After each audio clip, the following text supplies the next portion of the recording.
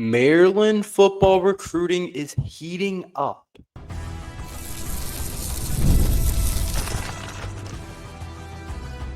You are Locked On Terps, your daily podcast on the Maryland Terps, part of the Locked On Podcast Network. Your team every day. What's up, everyone? I'm Tre Moore, host of Locked On Terps, part of the Locked On Podcast Network, your team every day. So thank you guys for making us part of your day. And today's episode is brought to you by the Gametime app. Download the Gametime app, create an account, and use code Locked On College for $20 off your first purchase. Maryland football is on a hot streak and has officially heated up its recruiting. I know a lot of you guys heard me talk about Maryland football recruiting a couple weeks ago. I was off last week in Chicago, but I know you guys heard me talking a lot about Maryland football recruiting and how I wasn't satisfied with Maryland's 2026 class. I thought it was kind of mediocre. I thought there was a lot of different ways we could improve. I thought there was a lot of different things that we needed to do for Maryland football's 2026 class. And a lot of those ways are still true, but when you talk about recruiting, it's the baseline of your college football team. It's what makes you a good team. It's what makes the Bamas Bama and the Marylands the Maryland and the Oregons and Kansas State a Kansas State. It comes down to recruiting, whether it's actual high school recruiting, the traditional recruiting that a lot of people think about, or now it's the transfer portal recruiting that might even be more important. Recruiting is what makes your team good, bad, okay, decent, elite, whatever the case is. A lot of it comes down to recruiting. It's the biggest part of college sports. And to me, I just wasn't big on Maryland's current recruiting. I thought their 2026 class felt just nowhere near as deep, not as much talent. There wasn't as many guys I was excited about. And it definitely improved over the last week that I was gone. We got some guys that I think are really exciting, some guys that are really interesting. Whereas before, I was starting to get a little bit worried. I wasn't sure how this thing was going to come together. I think for me, I always compared Maryland's recruiting class to the 2025 recruiting class. And obviously, Maryland's 2025 recruiting class was a top 25 ranked class according to the 247 composite ranking. And there was a lot of just really solid guys that I thought were really going to help the Terps program this year, next year, for the next couple of years. In terms of Malik Washington, you get a 4-star rated quarterback, number 5 quarterback on 247. Jalen Gilchrist, so 4-star offensive lineman, ranked in the top 120th, ranked as the 6th ranked offensive lineman in the 2025 class. You got Messiah Delhomme, one of the best athletes and safeties in the class. Zymir Smith, another 4-star athlete who's originally committed to Bama. Bryce Jenkins, another guy, a big body on the defensive line that could really help the Terps, and some other interesting 3-star guys that I think are going to be really good. And you also can't forget about 4-star edge rusher Zahir Mathis, ranked as the 20th ranked edge rusher in the class, 166th ranked nationally. So the 2025 class is a big reason I got really excited about Maryland's 2026 class. And there's been other classes as well, like 2024 class is another class that ended up being a really solid class.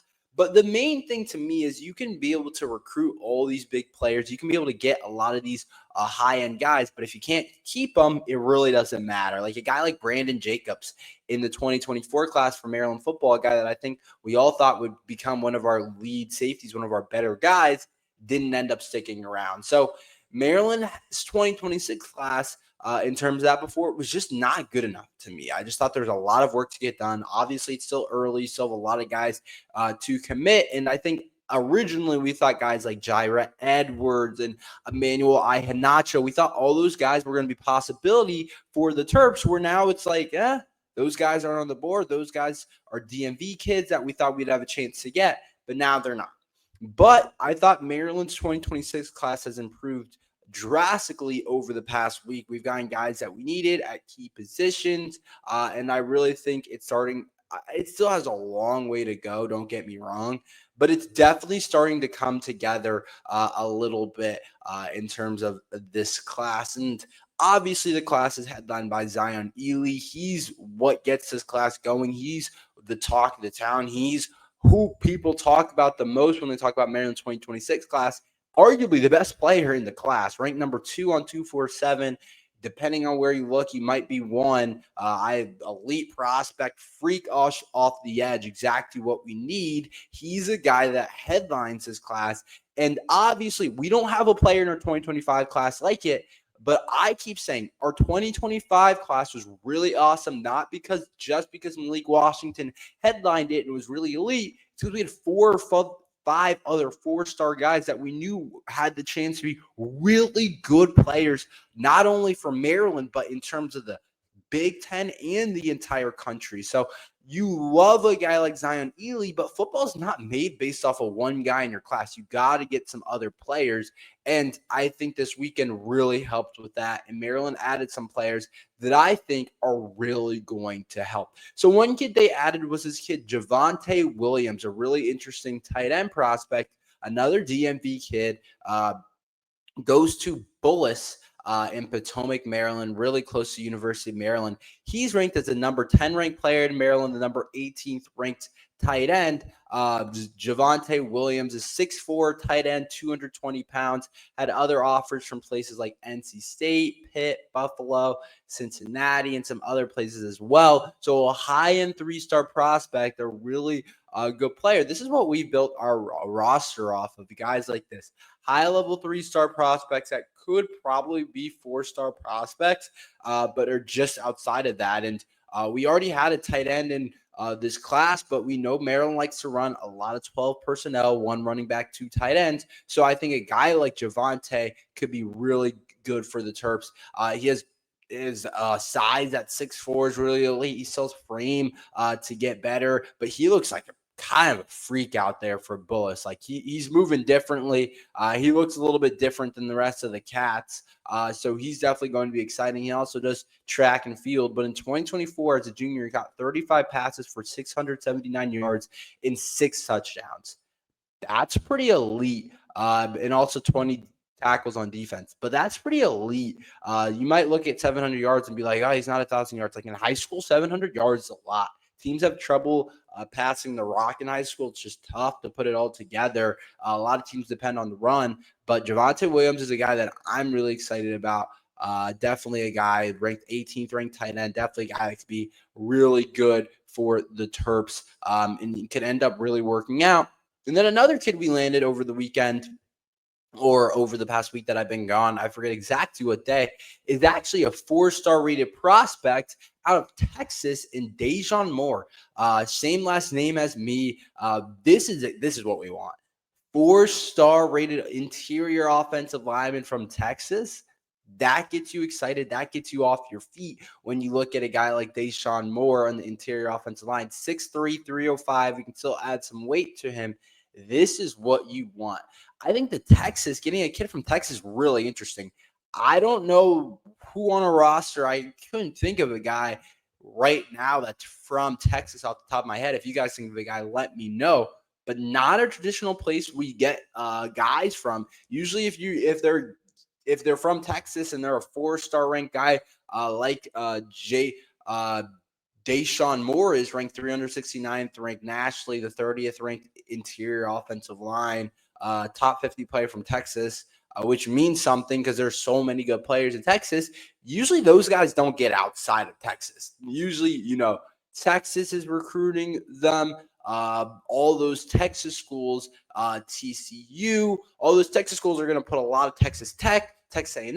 I don't know why I was blanking on the Texas schools, but all those Texas schools are going to put a lot of time into you. Like I said, TCU, Texas Tech, Texas A&M. Those are big time schools. Usually those schools don't let you out, and he had a lot of big time offers. Arizona State, Baylor, Florida State, Houston, another Texas school, Georgia Tech, Nebraska, Ohio State wanted him, A&M wanted him. Like, he had a lot of big-time offers. So this is a kid that highlights the class. I've always said it. We lack on getting guys, elite players on the offensive and defensive line. But to be honest, I think that Mike Loxley's done a really good job in the past couple of classes in trying to improve that in terms of the portal. We brought in a bunch of defensive linemen and offensive linemen through the portal this year that are hopefully going to have impact on our team. But we also brought in a ton of guys in our 2023 class on the offensive line. We've been bringing in a elite. We brought in Jalen Gilchrist, who's a 4-star prospect in our 2025 class. That's going to be really good. And now we get Deshawn Moore on the interior offensive line that I'm really excited about. That could be a really good player. And another kid that we actually ended up getting as well, another kid that could end up actually being a really good player, a high-level 3-star prospect, is Jesse Moody, an offensive tackle, 6'6", 345 pounds. Another kid on the offensive line that Maryland's just getting these guys on the offensive line that are big, that have some type of athleticism, that have offers from other places. I'm really excited about because some of these guys have to work out. The toughest guys to find are guys that work on the offensive line. But another guy that I'm really excited about is him too. And then we also got this kid, Janai Davis, an edge rusher, a 3-star rated prospect out of Bishop McLemore, right in the DC area too. So we've been getting a lot of high-end defensive or offensive linemen and then defensive linemen as well, which is honestly really exciting for me that we're getting some high-level guys like that because it gives us a chance to really end up competing. So you guys can see how I've talked about this 2026 class, how it did get better. We added a couple offensive linemen. We added Janai Davis, who I'm really excited about. So we're getting some guys that I think can help us a lot and end up being actually really solid players for us. So I think we're recruiting well. I think we're definitely heating up. Obviously, Hakeem Satterwright, who we got a little bit ago, definitely helps this class. Zion Ely, Javonte Williams, recent pickup, Damon Hall. We do have a lot of tight ends. I don't know what we're going to do about that because right now we have Javonte Williams at tight end, David Hall at tight end, and we have Braden Marco at tight end. So maybe one of them decommit. I don't know, but that's a lot of tight ends for my taste. I'd rather be at like 1 or 2, preferably 2, but 3 is kind of like, what are we doing? But you never know how those things go or who they like, who's a better blocker, who's a better receiver, like how they kind of want to sort this thing. But I do think that Maryland football's class is getting a lot better and actually starting to heat up on the recruiting trail, which is exactly, honestly, what we need.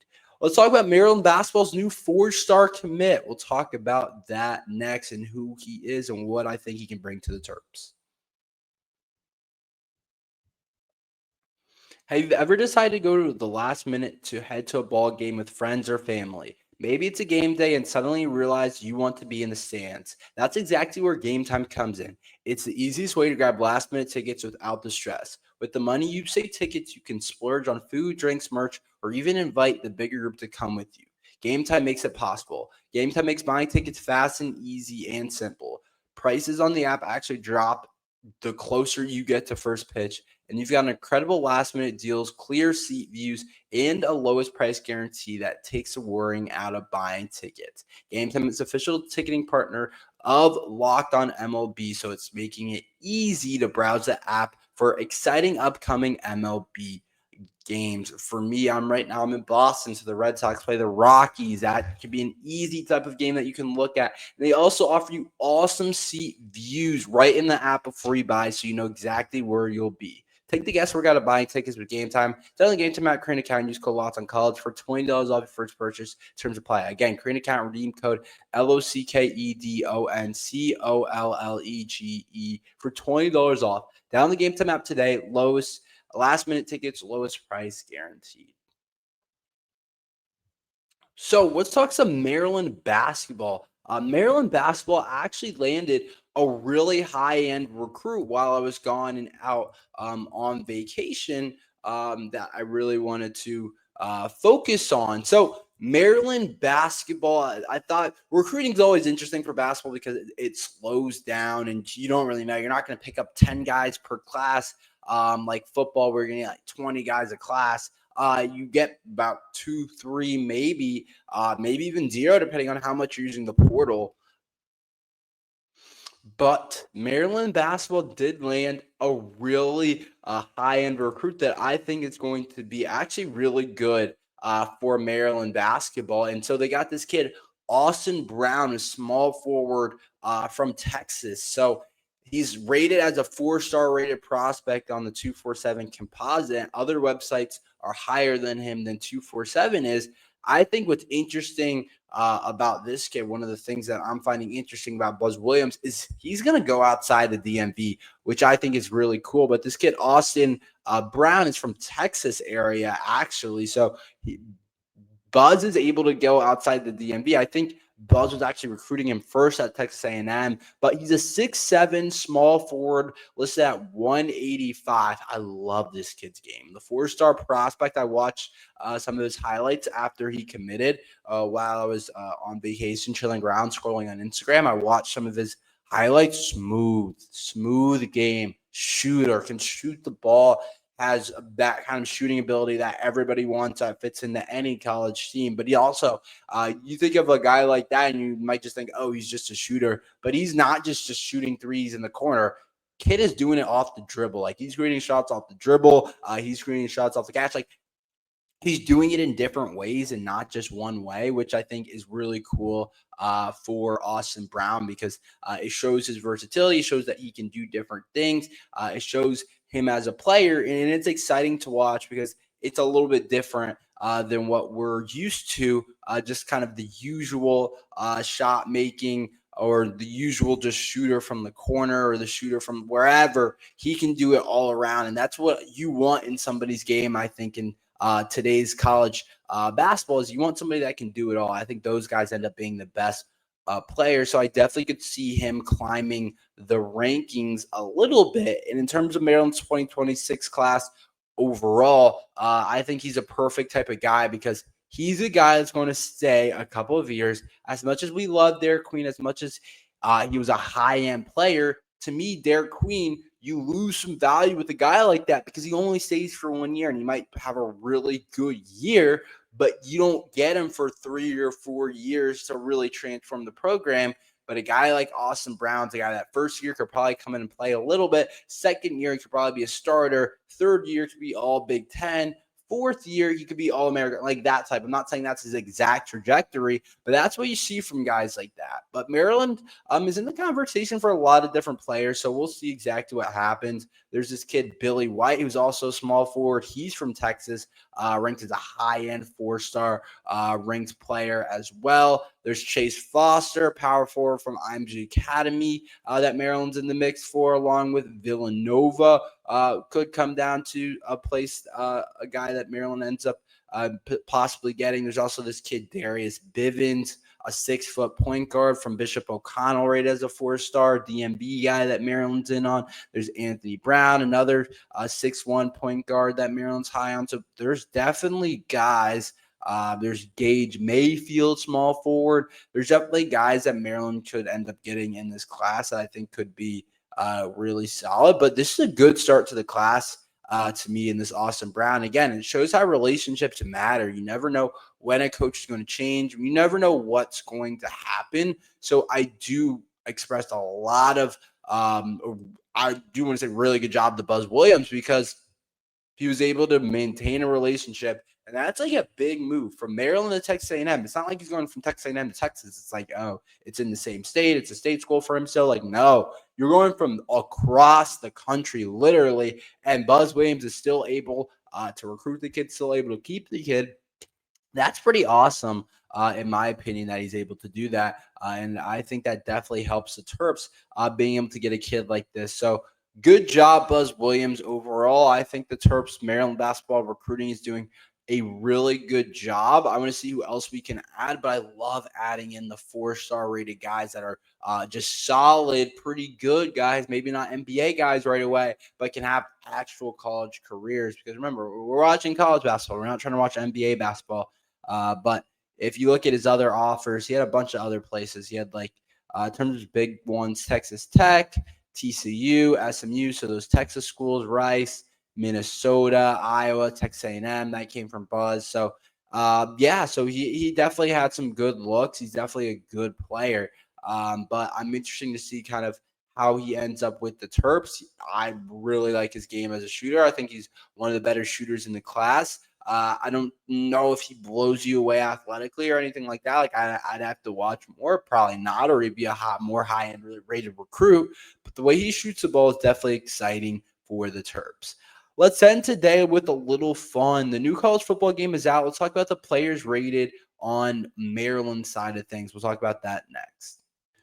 So I just want to highlight some of the top end players for Maryland football rated, and it's actually interesting. So we do have some higher end guys that are actually really solid on the ratings. But so here's some interesting player ratings that I'm excited about. So they made Maryland's top rated player on offense actually Dorian Fleming, tight end, at an 87. So that's definitely solid for Dorian Fleming. That's a definitely solid number for him.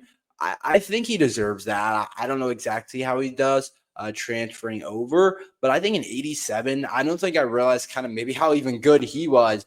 If EA thinks of him as an 87 as a transfer, that means he might be actually a 90, because they're not going to give you respect as a transfer, not coming from a Power 4 school, unless you're really good. So the fact that they're giving him 87, he might be like a 90, 91 when he actually plays. But I think that's interesting for Dorian Fleming, that he's our top-rated offensive player. I think, to me, I probably expected it to be Jaleel Farouk originally. I don't know, though, just because he had that big season at Oklahoma, but I know he's coming off the injury, but I don't know how much that plays into the game. But this is a new college football game. I probably should have said that. You guys, I talked about the ratings last year. Just as a fun last segment, not too much to talk about right now in the offseason. But Dorian Fleming at 87 is interesting. And then followed by who I thought would be probably top, Jaleel Farouk at an 85. Totally makes sense. Jaleel Farouk at an 85, I think, makes sense to me, how he plays, where he's at in terms of his career and how he's done. He's put up the best stats out of anyone on this Maryland receiving core in a season. He's a really good player at Oklahoma before the injury. I bet he had other offers from some pretty big time places. So I think it's totally fair that Jaleel Farouk's at an 85. And then you have Nolan Ray at an 83 on that offense side of things. I think that's honestly more than fair. I thought Nolan Ray would be in the 70s. 83 for him after sharing carries with other guys last year, including Roman Hemby, of course. I think that's a pretty good number for Nolan Ray. I think that's solid. So I think they did respect guys like that. And then the defense side of things, we don't have as many top-rated players. Jalen Husky's at an 85. I think that's fair for him. I'd probably give him an 86. Obviously, he changed positions, and now at safety, you want to see it more. So I don't really think that's unfair either. But Dante Joyner at 79 and Ian Thomas are our next two highest-rated defenders. That's a little bit scary, but that's kind of what I talked about with this Terps team. Obviously, EA college football doesn't predict the season, but they have somewhat of an understanding of the player ratings for each school. And whenever your next two highest rated players from the 85 is a 79 and 79, it tells you that there's probably not a lot of depth on your team. There's not a lot of guys that are proven, not a lot of guys that people trust. And I think that's true with this Maryland team. I think that I couldn't tell you who should be in the 80s, though. That's my thing about it. I want to be like hating and be like, yeah, he's not giving us respect. Tell me who should be in the 80s on the defense side of things, like a solid 80. I don't know. So you guys have to let me know. And some of the interesting things, I'll get more into this tomorrow. Maybe we'll do it again as our last segment. Octavian Smith and Caleb Webb are tied for the fastest guys on the team at a 92. And then Zymir Smith is next at a 91. They have Zymir Smith at wide receiver, which makes sense. And then Josiah McLaurin's at a 91. Ryan Manning's a 91. I never thought that Ryan Manning was ever a guy that was like clearly elite in terms of just straight line speed, but that's where they have him. And then Malik Washington's at a 75 with his speed rating at an 86. So there are some interesting things. This Maryland team is definitely not great on paper, but we'll talk more about it tomorrow. Maybe we'll play some games with it. That's all we have for today. Thank you guys for listening to Locked on Terps. Make sure you like and subscribe. We're here every day talking Maryland football and basketball. So thank you guys for listening to Locked on Terps.